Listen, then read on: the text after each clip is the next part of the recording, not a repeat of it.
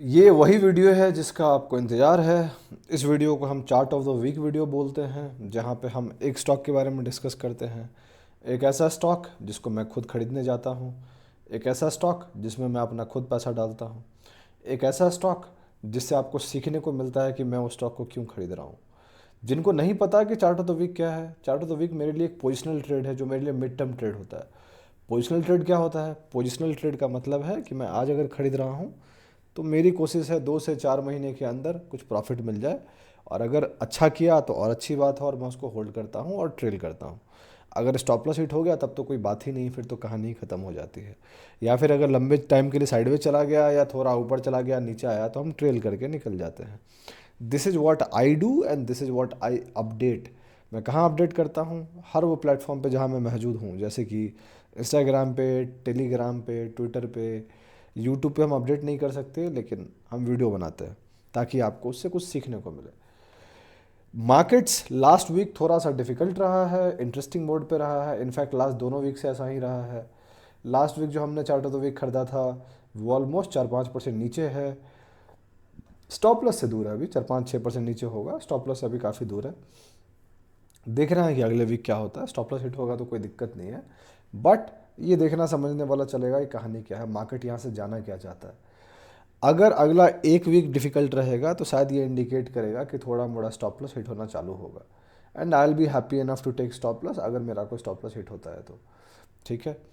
तो अगर आप जानना चाहते हैं कि कौन सा स्टॉक को मैंने खरीदा है, बिकॉज जब मैं स्कैन कर रहा था तो मैंने एक चीज़ कॉमन गौर किया है पिछले 2-3-4 वीक में, कि जितने आसानी से एक टाइम पे स्टॉक मिल जाते थे पहले, उतने आसानी से अब स्टॉक नहीं मिल रहे हैं। अच्छे स्टॉक्स की बात कर रहा हूँ, कुछ ऐसे स्टॉक जो जिनके स्ट्रक्चर अच्छे हों और जिनके सेटअप्स अच्छे हों, जिनके रिस्क रिवॉर्ड अच्छे हों, उतने आसानी से वो अब नहीं मिल रहे हैं।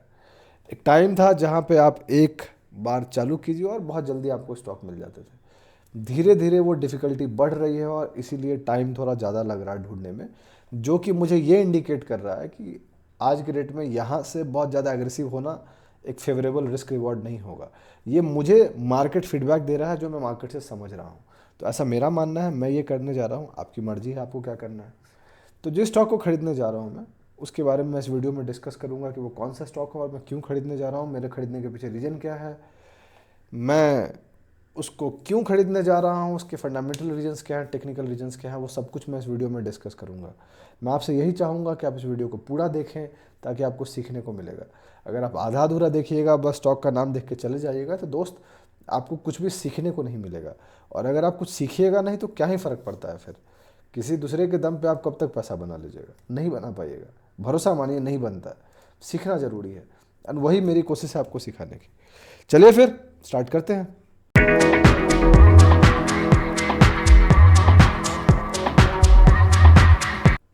कैसे हैं आप लोग?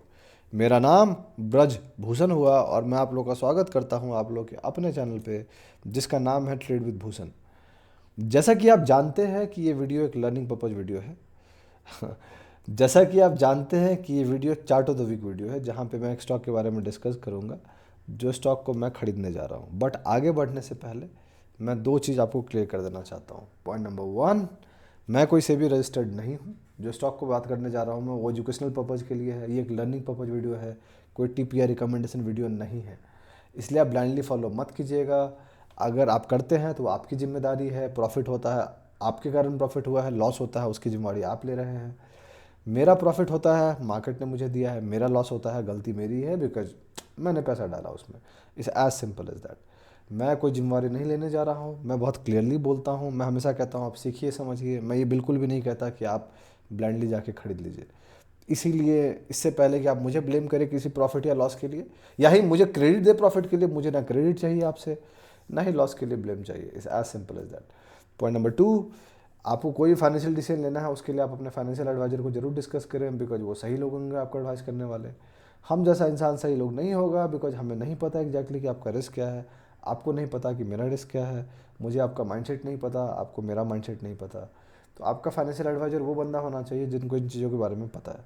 ठीक है। अब चलिए वीडियो स्टार्ट करते हैं, बात करते हैं कौन सा स्टॉक को मैं खरीदने जा रहा हूँ। तो जिस स्टॉक को मैं खरीदने जा रहा हूँ वो स्टॉक का नाम आप सुने होंगे कहीं ना कहीं। चलते हैं चार्ट्स पे और फिर बात करेंगे। वो स्टॉक का नाम है एडवांस्ड एंजाइम टेक लिमिटेड, ये स्टॉक का नाम आपने सुना होगा पहले कभी ना कभी, हमने ही बात की है कभी ना कभी, तो आप जानते ही होंगे। ये स्टॉक को मैं काफ़ी टाइम से फॉलो कर रहा हूँ, ये देखने के लिए कि इसको भाई कहीं तो खरीदूंगा। सबसे पहले बार मैंने इसको यहाँ पे फॉलो करना चालू किया था इस कैंडल पे, बट चूंकि मुझे यहाँ रिस्क रिवार्ड फेवरेबल नहीं दिखा तो मैंने यहाँ पे नहीं खरीदा। क्यों नहीं दिखा वो एक अलग वजह है, और यहाँ पे मुझे दूसरे स्टॉक अच्छे दिखे तो मैंने खरीद लिया। ये 29 जुलाई के आसपास का है, अगर आपको डेट यहाँ दिख रहा होगा तो यहाँ पे मुझे स्टॉक अच्छा दिखा बट मैंने नहीं खरीदा। फिर मुझे ये स्टॉक यहाँ पे अपने तरफ फोकस खींचा इस कैंडल पे, जो कि 2 वीक पहले का कैंडल था, बट फिर से इसका रिस्क रिकॉर्ड फेवरेबल नहीं था मेरे लिए, एंड सो आई थॉट कि नहीं यार। बट अब ऐसा पॉइंट पे वो आ गया है फाइनली जहाँ पे हम मुझे लगता है कि ये रिस्क रिवार्ड फेवरेबल हो सकता है, एंड सो मैं इसको ख़रीदने जा रहा हूँ। तो मैं क्यों ख़रीदने जा रहा हूँ? सबसे पहली वजह वो ये है कि ये अपना एक अच्छा ब्रेकआउट दिया है यहाँ पे, जो आप क्लियरली देख सकते हैं, और इस ब्रेकआउट देने के बाद ये जो ब्रेकआउट दिया है काफ़ी स्ट्रॉन्ग ब्रेकआउट है, काफ़ी स्ट्रॉन्ग वॉल्यूम के साथ। आपको वॉल्यूम दिख रहा है नीचे, दिख रहा है, अब दिख रहा होगा, नहीं दिख रहा है तो मैं आपको वॉल्यूम कैंडल दिखाता हूँ और देखिए कितना स्ट्रॉन्ग वॉल्यूम है। तो ये स्टॉक एक अच्छा वॉल्यूम दिया है, ब्रेकआउट दिया है। उसके अगले वीक इसने कुछ नहीं किया, एंड फाइनली इस वीक में जो अभी जस्ट गुजरा है 6.51% का करेक्शन दिया है, जिसके कारण वो उसको रिटेस्ट करने आ गया है, जो आप क्लियरली देख सकते हैं यहाँ पे। इंटरेस्टिंग चीज़ क्या पता है आपको?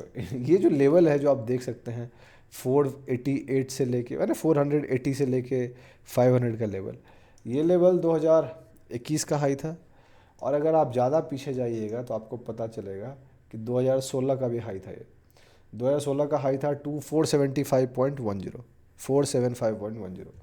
तो अगर आप इस लाइन को हाई पे ड्रॉ कीजिएगा तो आपको पता चलेगा कि ये लाइन आपका ठीक एग्जैक्टली इसी लाइन पे बनता है जिसको इसने इस वीक में ब्रेक किया था। तो एट एन एवरेज ये ऑल टाइम हाई अब बनाया था इसको ब्रेक करके, और फिर अब ये रिटेस्ट कर रहा है उस लेवल को। तो यही कहानी है। So it has finally broken this strong resistance. जो 2016 का रेजिस्टेंस था उसको कोशिश 2021 में किया गया, बट यहाँ पे वो फेल हो गया बिकॉज उतनी पावर उसमें नहीं थी, and then it corrected hell lot.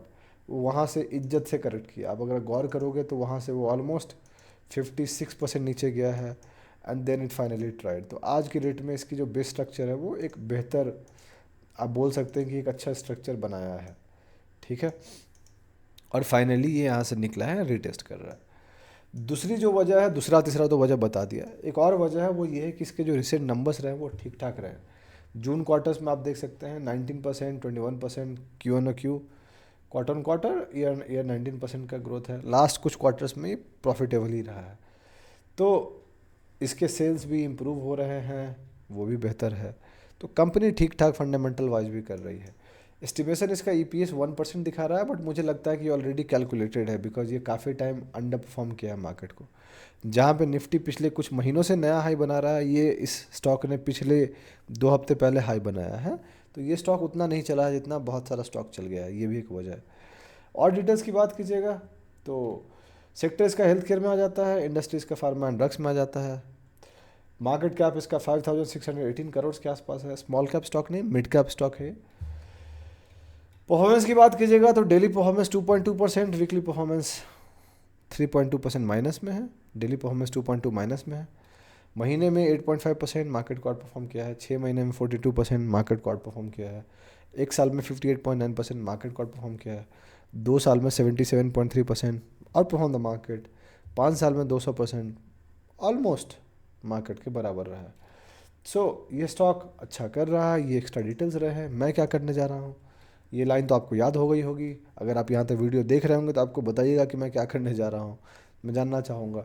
तो मैं यहाँ से इसको खरीदूँगा मंडे को, मुझे जहाँ पे मिलेगा। ये मेरी कोशिश है इसको 35 to 40% के लिए मिनिमम खेलने की। उसके बाद मैं ट्रेल करूँगा depending on the market condition. Normally मैं टारगेट बुक नहीं करता हूँ, बट अगर मार्केट कंडीशन डिफिकल्ट होता है तो मैं टारगेट बुक करने की सोचूंगा। मेरा जो स्टॉप लॉस है वो इसके नीचे है, जो कि कोशिश है मेरी 12 से 15% के अंदर रखने की। तो अगर आप गौर कीजिएगा तो आपको पता चलेगा कि यहाँ से यहाँ वो ऑलमोस्ट 13-14% के आसपास हो जाता है। So that is my stop loss. मैं देखूंगा फिर भी कि डेली में कैसे रिएक्ट करता है, और अगर मार्केट फेवरेबल नहीं रहा और ये इसके नीचे आ गया, I will be happy enough to exit it, depending on कि मार्केट कैसा बिहेव करता है। या फिर ये भी हो सकता है कि नीचे आओ और यहाँ से बाउंस कर जाए, बिकॉज ये रिटेस्ट लेवल है, तो होने को कुछ भी हो सकता है। मैं देखूंगा कि कैसा बिहेव करता है, उसके हिसाब से मैं रिएक्ट करूँगा। तो यही है टोटल एनालिसिस स्टॉक की। अगर आपको अच्छा लगा है, आपने पूरा वीडियो देखा है, तो आप बताइएगा कि आपको कैसा लगा, आपको अच्छा लगा कि नहीं लगा, आपके हिसाब से स्टॉक क्या कर सकता है, आप ये भी बताइएगा। तो यही थी टोटल एनालिसिस। अगर आपको अच्छा लगा है तो आप लाइक कीजिए, सब्सक्राइब कीजिए हमारे चैनल को, सपोर्ट कीजिए हमें, अपने दोस्तों के साथ शेयर कीजिए, उनको बोले सब्सक्राइब करने के लिए। आप सपोर्ट कीजिएगा तो हम आगे बढ़ेंगे, आप सपोर्ट नहीं कीजिएगा तो हम आगे नहीं बढ़ेंगे, एज सिंपल एज दैट। बहुत जल्दी मैं आपसे अगले वीडियो मुलाकात करूँगा, तब तक के लिए अपना ध्यान रखें, अपने घर वालों का ध्यान रखें। शुभ रात्रि। चीयर्स।